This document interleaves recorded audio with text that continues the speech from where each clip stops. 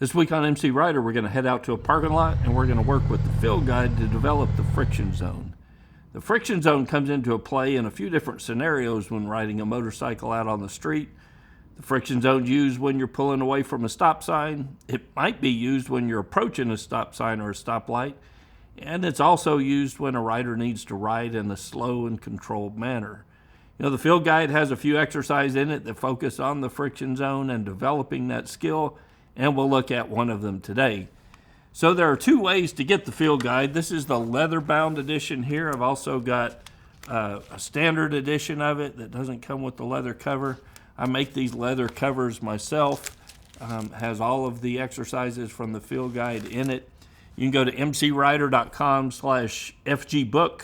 So MCrider.com/FGbook. You can purchase either the leather-bound or the standard edition of the field guide. It's got all the exercises in it. Or if you want instant access and more access to things that MCrider has to offer, become a member and you'll get a digital copy of the field guide. Go to MCrider.com/member. Learn all the details on how to become a member of MCrider.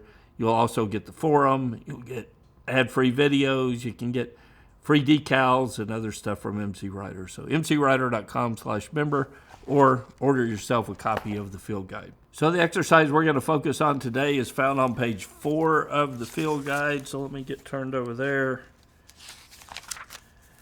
So it's in the new rider section. So there's several exercises for new riders, and this one is called friction zone because we're working on the friction zone. So we've got a description, we got an exercise layout, the directions, some coaching tips, problem correction, and a QR code that you can use to get to a video demonstration of this exercise. But we'll go out to a parking lot here in a minute and we'll work on it. First, let's define what the friction zone is. So if I've got the clutch fully squeezed in on the motorcycle and the engine's running, I'm in first gear, if I slowly begin to release the clutch, at some point that rear tire is going to begin to move forward. So not fully released, but just where it's starting to get some power to that rear wheel. If you hold the clutch in that position, you're in the friction zone. So you've got enough power to the rear wheel to move the motorcycle forward, but not fully released and all the power going to the rear wheel. Holding the clutch in that friction zone is going to provide partial power to the rear wheel. You know, if you rode from here to California in the friction zone, you're going to do damage to your clutch. But just riding slowly on a parking lot, if you maintain a lower RPM or not a whole lot of throttle, and you allow the clutch to cool off every, 10 minutes of practice, you're not going to really do any damage to your clutch. The clutch is bathed in oil, so it's designed to be ridden some in the friction zone. It's not like the old days when we learned to drive a 3-on-the-tree pickup truck and, if you kept it in the friction zone on the truck, you'd burn the clutch up.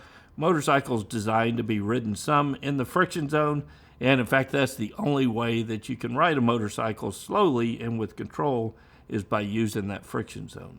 For this exercise, there's really no need to set up any cones.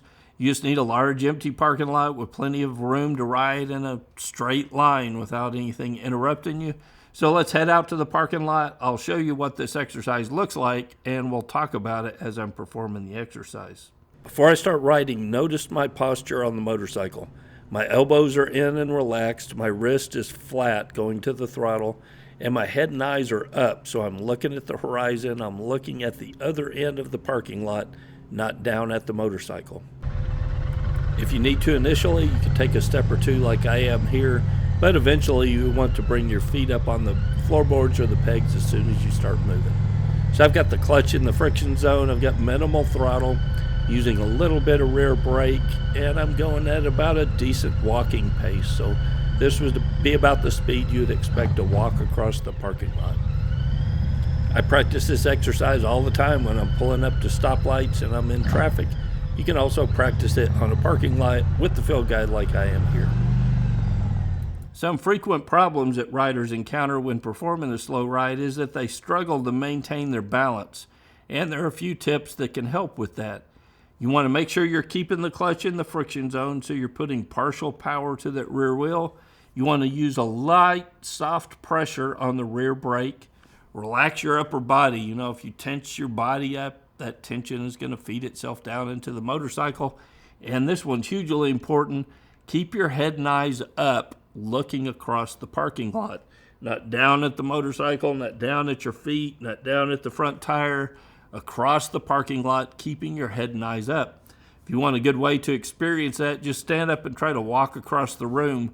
Walk across the room looking at the other side of the room, and then walk back staring at your feet, and notice how much less balance you've got when you're looking down as opposed to looking up. Same thing happens when you're on a motorcycle. Keep those head and eyes up, looking forward, and that's really going to help with your balance. If the motorcycle, when you're performing the slow ride, wants to lurch forward or it feels like it's getting out of control, it's because you're not keeping the clutch in the friction zone. You're releasing the clutch to the point where you're getting full power to that rear wheel, and that's what causes the motorcycle to want to lurch forward. Now, I want you to see this key part of the video, and I did this on purpose when I was demoing. I want you to watch this part right here.